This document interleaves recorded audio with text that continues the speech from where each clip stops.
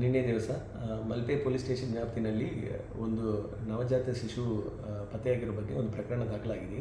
ಕೇಸಿನ ಸಾರಾಂಶ ಏನಂದರೆ, ಮಲ್ಪೆನಲ್ಲಿರುವ ಜಾಮಿಯಾ ಮಾಸ್ಕ್ನಲ್ಲಿ ಅಲ್ಲಿ ಕನ್ಸ್ಟ್ರಕ್ಷನ್ ಲೇಬರ್ಸ್ ಕೆಲಸ ಮಾಡ್ತಾ ಇದ್ದಾರೆ. ಅವ್ರಿಗೆಂದು ಕಟ್ಟಿರೋ ಒಂದು ಶೌಚಾಲಯದಲ್ಲಿ ಒಂದು ಮಗು ಡೆತ್ ಆಗಿರೋದ್ರ ಬಗ್ಗೆ ಅಲ್ಲಿ ಸ್ಥಳೀಯರು ನೋಡಿದ್ದಾರೆ. ಇದರ ಸಲುವಾಗಿ ಜಾಮಿಯಾ ಮಸ್ಜಿದ್ದಿಂದ ಬಂದು ದೂರನ್ನು ಕೊಟ್ಟಿದ್ದಾರೆ.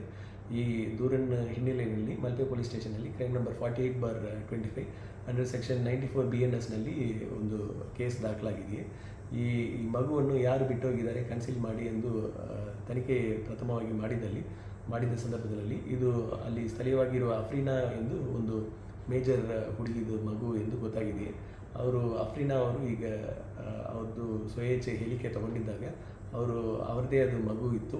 ಮತ್ತು 7.5 ಮತ್ತು 8 ತಿಂಗಳ ಮಧ್ಯದಲ್ಲಿ ಇರುವ ಮಗುವನ್ನು ಇವರೇ ಮೆಡಿಕಲ್ ಟರ್ಮಿನೇಷನ್ ಮಾಡಲಿಕ್ಕೆ ಯಾವುದೇ ಪ್ರೊಸೀಜರ್ ಇಲ್ಲದೆ ಇವರು ಅಬಾರ್ಷನ್ ಮಾಡಲಿಕ್ಕೆ ಟ್ರೈ ಮಾಡಿ, ಆ ಸಂದರ್ಭದಲ್ಲಿ ಸಡನ್ನಾಗಿ ಹೊಟ್ಟೆ ನೋವು ಬಂದಿರೋದ್ರಿಂದ ಅಲ್ಲಿ ಶೌಚಾಲಯದಲ್ಲಿ ಮಗು ಬಿಟ್ಟು ಇವರು ಅಲ್ಲಿಂದ ಹೋಗಿರುತ್ತಾರೆ ಎಂದು ಅವರು ಸ್ವಇಚ್ಛೆ ಹೇಳಿಕೆಯಿಂದ ಕೊಟ್ಟಿದ್ದಾರೆ.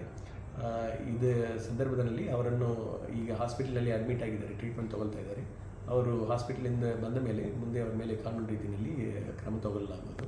ಮತ್ತು ಈ ಕೇಸಿಗೆ ಸಂಬಂಧಿಸಿದಂತೆ ಕೆಲವೊಂದು ಆಡಿಯೋಗಳನ್ನು ಕೆಲವೊಬ್ಬರು ಇದು ಮಗು ಬೇರೆಯೊಬ್ಬರದು ಎಂದು ಹೇಳಿ ಮಾಡುವ ಕೆಲವೊಬ್ಬರದು ಅನುಮಾನಾಸ್ಪದ ಆಡಿಯೋಗಳು ಬಂದಿದೆ. ಈ ಥರ ಸುಳ್ಳು ಸುದ್ದಿಗಳನ್ನು ಯಾರು ಎಬ್ಬಿಸಬಾರದು. ಎಬ್ಬಿಸಿದರೆ ಮತ್ತು ಅವ್ರ ಮೇಲೇನೂ ಕಾನೂನು ರೀತಿಯಲ್ಲಿ ಕ್ರಮ ತಗೊಳ್ಳಲಾಗುವುದು.